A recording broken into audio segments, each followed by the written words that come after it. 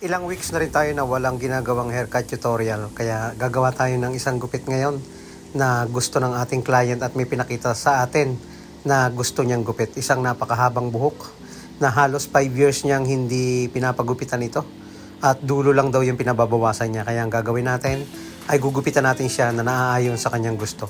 Siyempre nagkamero kami ng hair consultation before kami mag-start na gawin yung kanyang gustong gupit. Ang gagawin nating pamamaraan na gupit na gagawin natin sa kanya ay yung traditional at yung ipit-ipit na sabi nila. Twist natin or pagsasamahin natin yung dalawang klase ng procedure para sa kanyang buhok. Siyempre pinutol muna natin yung mahaba dahil souvenir daw niya ito. At ang gagawin natin siyempre bago natin i-next yung step na gagawin natin dito is kailangan natin siyang basain para makuha natin yung mga sectioning part, yung hati sa gitna at siyempre yung pagitan dito sa may itaas ng kanyang tenga at kailangan nating magkamero ng partition dito sa ibabaw sa kabilang side at gagawa din tayo ng triangle sectioning dito sa may parting likod niya. At gagamitan natin ito ng traditional technique na clipper over comb gamit ang ating malaking suklay at syempre yung ating clipper. Tatanggalin natin yung makapal na buhok dito sa ibaba para makagawa tayo ng next step para sa gilid nito. Ayusin muna natin yung gilid niyan. Ginamitan natin siya ng number 4 na clipper guide sa gilid or clipper guard at binawasan natin yung parting makapal. Hindi natin ipupwersahin yung pagkakanipis nito dahil ang gusto niya yung short trim lang sa gilid. Tapos dito sa may parting likod is ninipisan natin. Sa patilya naman hindi masyadong pudpud. Ito yung una nating video dito sa ating hair studio. Gagamit tayo ng trimmer, gagawa tayo ng pinakang lines, end lang ng kanyang buhok. Mataas din yung kanyang hairline kaya babagay sa kanya yung ganitong nipis lang or kapal ng kanyang buhok sa gilid. Yung hindi masyadong pupudpurin or hindi masyadong ninipisan.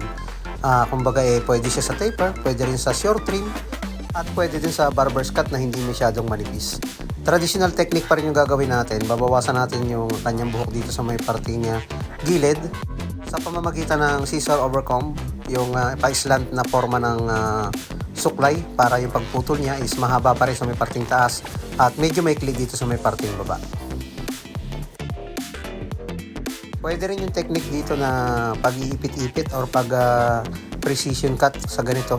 Kaya lang medyo maikli na, kaya ang ginawa natin is traditional lang. Gumamit tayo dyan ng 1.5 na clipper guide sa may patilya, ganun din dito sa may parting likod. Doon sa may likod ng kanyang tenga, hindi na natin ginamitan para hindi mapuwersa yung pagkakanipis nito. Nagsuggest lang ako na ninipisan ko yung likod para makita natin yung magandang blending sa likod dahil yung tubo ng buhok niya sa likod ay iba-iba yung direction. Mas maganda kung mas manipis para maganda yung pagtubo nito at maging mas balanse. 0.5 na clipper guide yung ginamit natin last, and then kailangan natin basahin bago natin nahitan yung lugar ng ating nilagyan ng lines. Sa pag-aahit naman sa mga beginners, dapat maingat tayo sa pag-aahit. Magaan yung kamay para maiwasan natin yung pagkasugat at pagka-irritate ng kanyang balat. Sa mga nagtatanong bakit may partition dito sa may likod na naka-triangle, para makip natin yung volume at hindi masyadong manipis tingnan, makuha natin siya sa ganitong proseso naman na ipit-ipit na pagputol para yung volume ng kanyang parting likod ay hindi masyadong mapanipis. Andun pa rin yung magiging forma nito sa magandang way, lalo na kapag ikinonect natin sa may parting ibabaw at sa gilid nito. Kapag nilagyan natin siya ng hair product, maganda yung forma niya. Kapag tuyo naman, okay pa rin. Andun pa rin yung magandang volume sa may parting likod. And then, binasa natin yung ibabaw. Kinuha natin yung length ng kanyang buhok dito sa bangs dahil ang gusto niya ay lampas lang sa kilay. And then, kunin natin yung length sa ibabaw, putulin natin yung haba nito. Tsaka yung haba dito sa gilid ay puputulin na rin natin.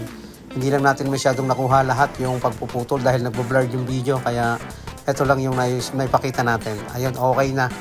Hindi na lang natin hinabaan yung video. Pinas-forward natin ng konti para hindi kayo mainip sa panonood. At sa ganitong klase ng buhok ay bagay na bagay yung ganitong klase ng gupit. Kung wala pa kayong idea sa inyong ipapagupit kung kayo ay long hair, pwede yung ganitong hairstyle. Pwede yan. Ganito yung kanyang before na buhok, ganito kahaba, at ito na yung resulta.